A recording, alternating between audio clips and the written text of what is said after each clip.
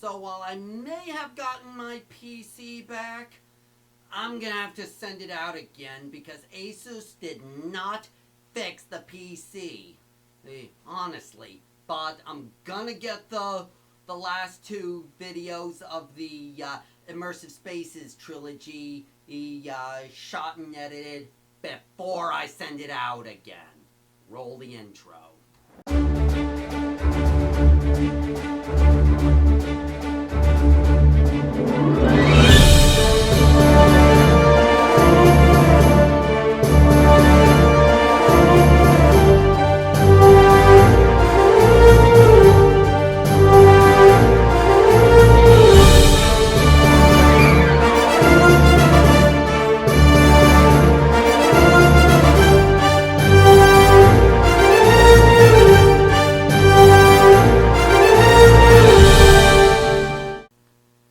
Greetings, fellow adventurers. Fred here.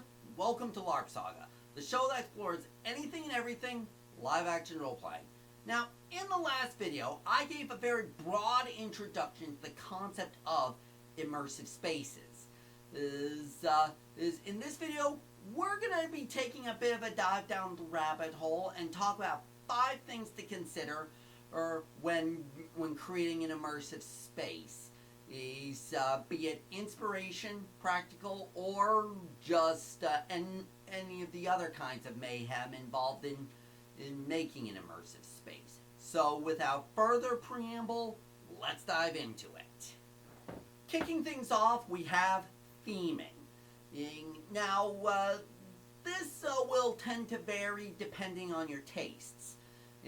I, for one, didn't want to be bound to just one genre or universe for my theme.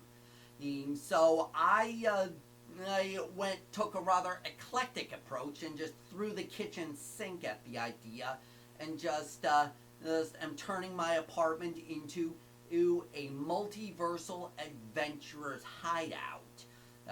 Making it look like it's decorated with all sorts of bits and bobs, items and equipment that I have procured in my travels around the multiverse, and put them on display here in the apartment.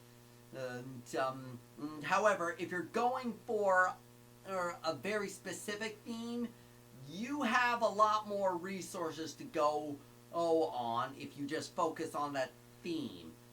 Because you can look at pictures, watch videos, and much more for pulling out inspiration.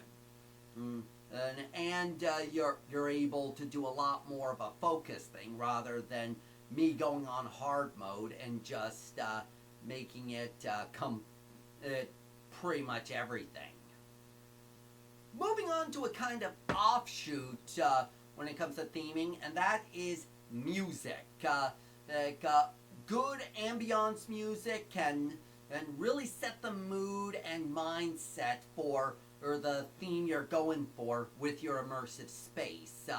One thing that would be good to research is to see if there's any of those lo-fi tunes done in the style of the universe or genre you're going for.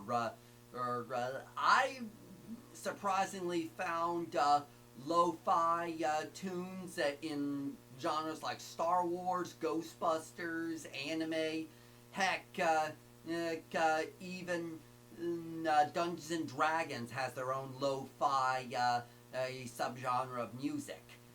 So put on a few playlists of these and put them on a discreetly placed Bluetooth speaker, and you can have some good ambiance to your space. At the halfway point, concept art is a treasure trove of visual inspiration, and especially if the theme you're going for relies heavily on a lot of concept art. But the best part of it is you can find concept art of things that pretty much never made it into the film or made it into the project in a different form. Um, um, and those things I find the most interesting because you can get inspiration from those to create something that is very different from what we see on screen, so it's not technically a replica, but it fits within that particular universe. Almost to the end here. If there's one thing I learned from channels like Skilltree and Always Believe, it's never underestimate the power of thrift stores. True to the phrase, is one person's trash is another's treasure, you can find a lot of amazing gems in thrift stores. There's that can be either inserted into your immersive space or modified to fit in with what you're going for. Like furniture that, while may not be medieval, has a similar vibe that can fit in that area and genre. Almost to the end, and we have almost to the end. If there's one thing I learned from watching channels like Skilltree and Always Believe, it's never underestimate the power of thrift stores. There's true to the phrase one person's trash is another's treasure. You can find a lot of amazing gems that can either be inserted into your immersive space as they are, like furniture for a wizard study, or technology that can be harvested for parts, or it's for your prop building. But you can also find clothes that can be tweaked into a really cool costume, or Nerf guns that can be repainted to make a cool wall arsenal.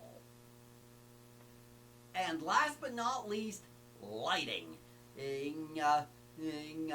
Lighting, it, like music, can really set the tone for the immersive space you're creating, just as it is on a film set. Be it the haunting glow of a rebel camp light on a distant Imperial occupied world, or the flicker of candlelight in a wizard's library, and pretty much everything in between. You can, if you can employ lighting properly, you can have just as much an immersive space as anyone else.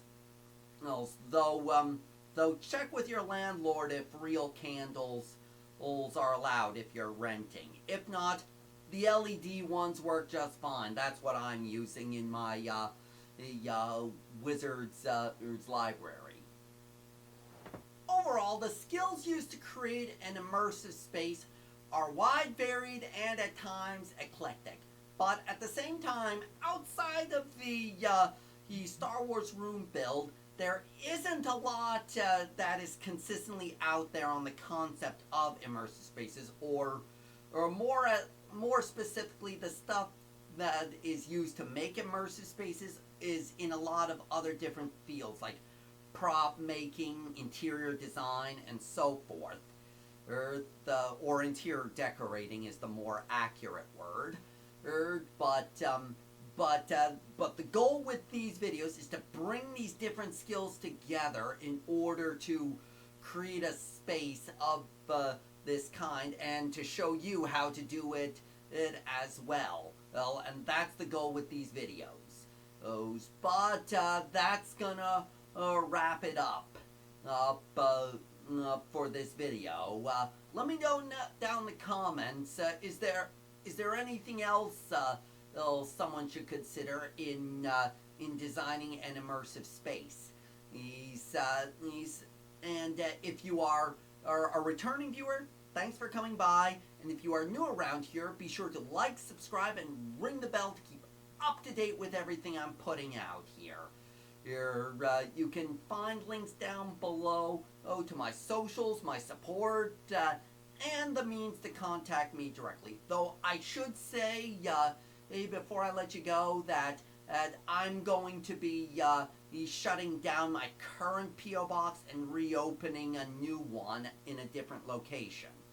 Now, there will be further details on that in the future, so with that out of the way, thanks for watching, and I'll see you on the Trail of Adventure.